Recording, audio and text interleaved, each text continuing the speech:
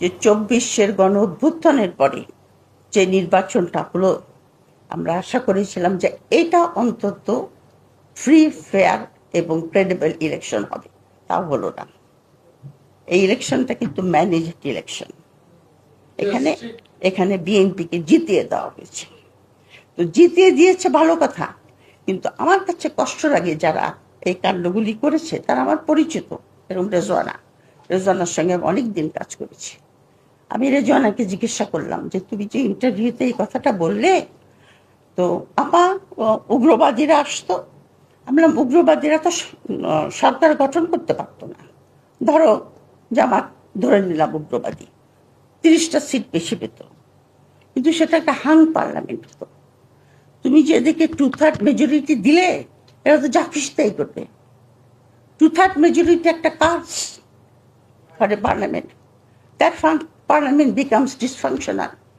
Already it is dysfunctional, কারণ আমি যা খুশি তাই করবো। অপোজিশন কি করবে? ওয়াক আউট করবে, পারো গিয়ে। অপোজিশন একটা বিলে কি করবে? নোট অফ ডিসেন্ট দেবে, দাও গিয়া, আসে যাই কি, আমি পাস করে নিব। 2/3 majority is a curse for any parliament, এবং এই পার্লামেন্টটা ডিসফাংশনাল হতে পারত। আমি মনে করি এই পার্লামেন্টটা already is in the wrong footing, এবং এটা ডিসফাংশনাল হতে পারত, কারণ এটা স্বেচ্ছাচারী হয়ে যাবে। এই স্বেচ্ছাচারী মানে হলো আপনার একটা সংসদীয় স্বৈরাচার, এবং সংসদীয় স্বৈরাচারের থেকেই কিন্তু শেখ হাসিনার জন্ম হয়েছে, মনে রেখে। সে প্রথমে স্বৈরাচার ছিল, তারপরে সবাই মিলে সে যা করতে তাই মেনে নিলাম, তেলবাজি এই সমস্ত করতে করতে সে ফ্যাসিস্ট হয়ে গেল। একা একা তো ফ্যাসিস্ট হয় নাই শেখ হাসিনা। শেখ হাসিনাকে সবাই মিলে ফ্যাসিস্ট করেছে, ওর একার দোষ না, সবাই মিলে করেছে। আর্মি, ব্যুরোক্রেসি, টিচার, সবাই মিলে তাকে, জার্নালিস্ট, সবাই মিলে তাকে। আপনি যা বলছেন ঠিক, আপনি যা বলছেন ঠিক। এইভাবে আমাদের রাষ্ট্র একটা ভঙ্গুর অবস্থায় এসে পৌঁছেছে।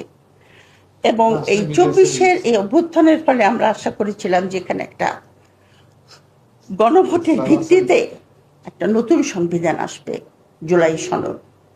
সেটাকেও এখন ডাইলিউট করে দিচ্ছে।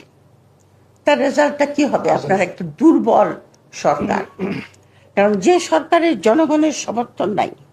খালি ইলেকশনের দ্বারাই তো হয় না, আপনি যখন প্রতিজ্ঞা ভঙ্গ করেন তখন কিন্তু মানুষ আপনার কাছ থেকে আপনার প্রতি যে তার যে এলিজেন্স সেটা উইথড্র করে নেয়, তখন আপনাকে সাপোর্ট করে না, মনে মনে অন্তত সে সাপোর্টটা সরিয়ে নেয়।